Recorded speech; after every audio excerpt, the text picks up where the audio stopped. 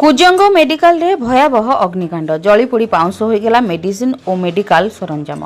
तेबे कौन पाई और केउ कारणर अग्निकांड घटी ताहा स्पष्ट जना पड़ी नथिला मध्य कुजंग अग्निशम विभागर दुईटी निया लिभा गाड़ी दीर्घ समयर अक्लांत परिश्रम पर निया को आयत्त करथिबा सूचना मिली।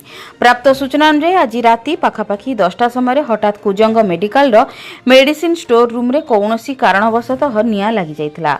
अग्निकांड एभली व्यापक थिला जे भୟରେ रोगी और रोगी संपर्क मध्य अग्निकांड को नहीं कोकुआ भय सृष्टि होता। कार्य थिबा अधिकारी किछि सामग्री उद्धार करथिले मध्य अनेक मेडिसिन सहित आवश्यक सरंजाम जली पोड़ी पाउंस हो जाइतिबा सूचना मिली।